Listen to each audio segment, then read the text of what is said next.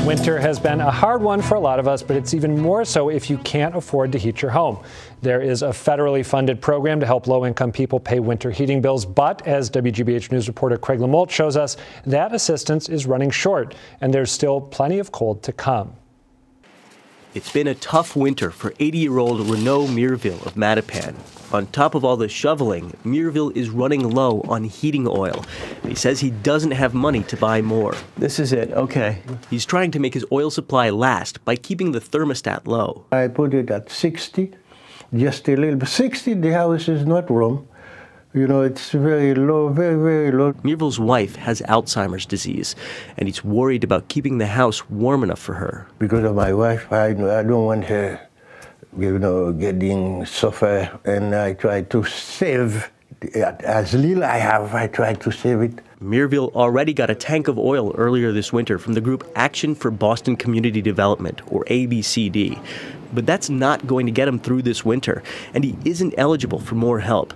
That's because the federal funding ABCD relies on limits the amount of money they can give to each individual. It's not adequate. It's just not adequate. People are really hurting. They're calling all the time looking for more help. John Drew of ABCD says with this cold winter, more than 130,000 households in the state have already exhausted their benefits. He's hoping the Obama administration will provide more funds. Please, you guys have some money. You should be allocating it to this natural disaster called winter. The winter that doesn't quit. ABCD is also asking the state for an extra $20 million for heating assistance. But Senate President Stan Rosenberg says that may be tough. There's very, very limited funds left for this fiscal year because we just ran into a very big deficit, which we just closed last week, $756 million. Another source of assistance in recent years isn't available this winter. So if you need help staying warm this winter, give me a call, because no one should be left out in the cold. Joe Kennedy's Citizens Energy has relied on oil from Venezuela, but political instability there has likely cut off that supply. This is the message callers are getting at that number. We are not currently taking applications for the heating oil program. Now that he's run through his benefits and is almost out of oil, Renaud Mirville has resorted to another way of keeping warm. Just put it on like that, and I put it back on. That's a little bit I have here. Mm-hmm. When I leave that door open, the heat comes down. Yeah. He says he knows it's dangerous, but without enough heating oil, he doesn't see another option.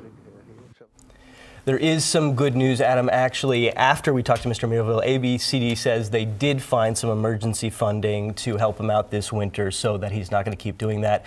But they said there's thousands more families and households just like his that don't have the funding, and they won't get the funding unless, somebody steps up. I'm glad to hear he got some help, because watching him turn on those gas burners, I cringed. I hate to even think about it.